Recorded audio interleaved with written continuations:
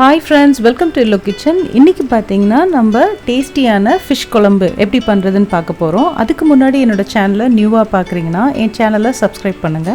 அதே மாதிரி கீழ ஒரு பெல் ஐகான் இருக்கும். அந்த பெல் ஐகானை கிளிக் பண்ணீங்கன்னா நான் ரெகுலரா போஸ்ட் பண்ற வீடியோஸ் உங்களுக்கு நோட்டிஃபிகேஷன் வரும். அதே மாதிரி என்னோட வீடியோக்கு லைக் கொடுங்க. இன்னைக்கு நான் யூஸ் பண்ணியிருக்கிறது வந்து மத்தி மீன். அதோட பெனிஃபிட் பார்த்தீங்கன்னா it has omega-3 fatty acid. Fatty acid helps to prevent heart disease.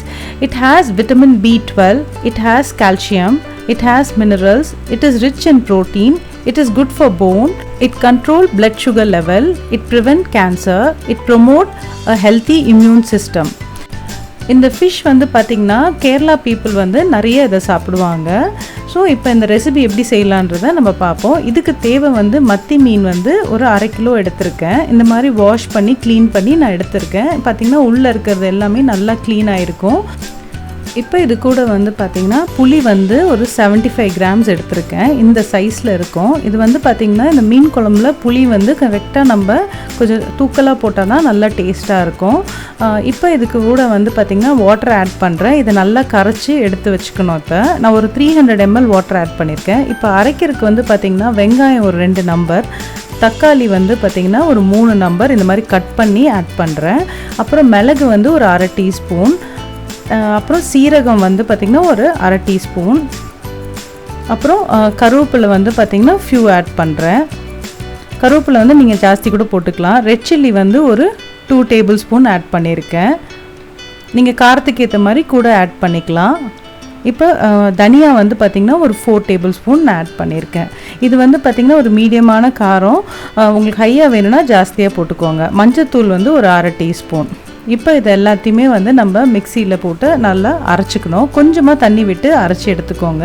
இந்த மாதிரி ஒரு பேஸ்ட்டாக இருக்கணும். பார்த்திங்கன்னா இதை நான் லோ ஃப்ளேமில் வச்சுட்டு நல்லெண்ணெய் ஒரு 4 டேபிள் ஸ்பூன், வெந்தயம் ஒரு 1/2 டீஸ்பூன், சீரகம் ஒரு 1/2 டீஸ்பூன், அப்புறம் 2 காஞ்ச மிளகாய் ஆட் பண்ணியிருக்கேன். அப்புறம் கடுகு வந்து 1 டீஸ்பூன் ஆட் பண்ணியிருக்கேன்.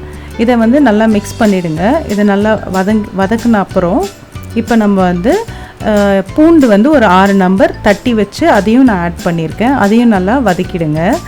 கருவேப்பிலை வந்து ஃபியூ ஆட் பண்ணியிருக்கேன். இப்போ லோ ஃப்ளேமில் நான் குக் பண்ணிகிட்ருக்கேன். இப்போ அரைச்ச பேஸ்ட்டையும் ஆட் பண்ணி இதை நல்லா மிக்ஸ் பண்ணுங்கள். இப்போ வந்து பார்த்திங்கன்னா இந்த வாட்டர் கண்டென்ட் வந்து கம்மியாகிற அளவுக்கு இதை நல்லா குக் பண்ணணும். இதை லோ ஃப்ளேம்லேயும் ஹை ஃப்ளேமில் மாற்றி மாற்றி தான் நான் குக் பண்ணிகிட்ருக்கேன். இப்போ லோ ஃப்ளேமில் வச்சுருக்கேன். இப்போ கரைச்ச புளி தண்ணியை இதோட நான் ஆட் பண்ணிக்கிறேன். இப்போ பார்த்திங்கன்னா இதை நல்லா மிக்ஸ் பண்ணிக்கோங்க. இது மிக்ஸ் பண்ண அப்புறம் சால்ட் வந்து டேஸ்ட்டுக்கு ஏற்ற மாதிரி நம்ம ஆட் பண்ணிக்கணும். சால்ட் வந்து பார்த்து யூஸ் பண்ணிக்கோங்க. இதை நல்லா இப்போ மிக்ஸ் பண்ணிவிட்டு தண்ணி வந்து பார்த்திங்கன்னா திக்னஸ்க்கு ஏற்ற மாதிரி நம்ம தண்ணியும் கூட ஆட் பண்ணிக்கணும். ரொம்பவும் தண்ணி ஆடக்கூடாது, ஓரளவுக்கு தண்ணி இருக்கணும். இப்போ நான் கொஞ்சமாக அதனால் ஊற்றிட்டு இப்போ ஹை ஃப்ளேமில் நான் குக் பண்ணுறேன். சால்ட்டும் டேஸ்ட் பார்த்துக்கிறேன். கருவேப்பிலை கொஞ்சம் ஆட் பண்ணிக்கிறேன் கூட திருப்பியும். இதை திருப்பி பார்த்திங்கன்னா ஒரு 5 மினிட்ஸ் வந்து நான் குக் பண்ணுறேன். இப்போ 5 மினிட்ஸ் குக் ஆன அப்புறம் பார்த்திங்கன்னா ஹை ஃப்ளேமில் தான் குக் பண்ணுறேன். இந்த மாதிரி பபிள்ஸ் இருக்கும். இப்போ லோ ஃப்ளேமில் வச்சுட்டு இப்போ வந்து பொறுமையாக அந்த மீனை வந்து நம்ம எல்லாத்தையுமே உள்ளே ட்ராப் பண்ணணும். கொஞ்சம் வந்து லோ ஃப்ளேமில் தான் இப்போ குக் பண்ணணும். நீங்கள் நல்லா பார்த்தீங்கன்னா இதை வந்து நான் லோ ஃப்ளேமில் தான் வச்சுருக்கேன். இப்போ மீன் போட்டுட்டு ஒரு வாட்டி மிக்ஸ் பண்ணிவிடுங்க.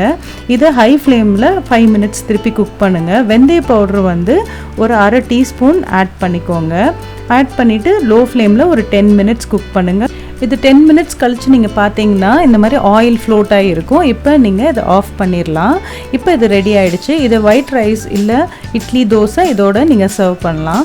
ஒரு இம்பார்ட்டண்டான விஷயம் என்ன அப்படின்னு பார்த்தீங்கன்னா, இந்த குழம்பு மீன் குழம்பு எப்போ செஞ்சாலும் நீங்கள் வந்து ஃபஸ்ட்டு மீனை போட்டு ஒரு வாட்டி கிண்டினதோட அதை ரொம்ப கிண்டிகிட்டே இருக்கக்கூடாது. கிண்டுனா மீன்லாம் உடஞ்சிரும்.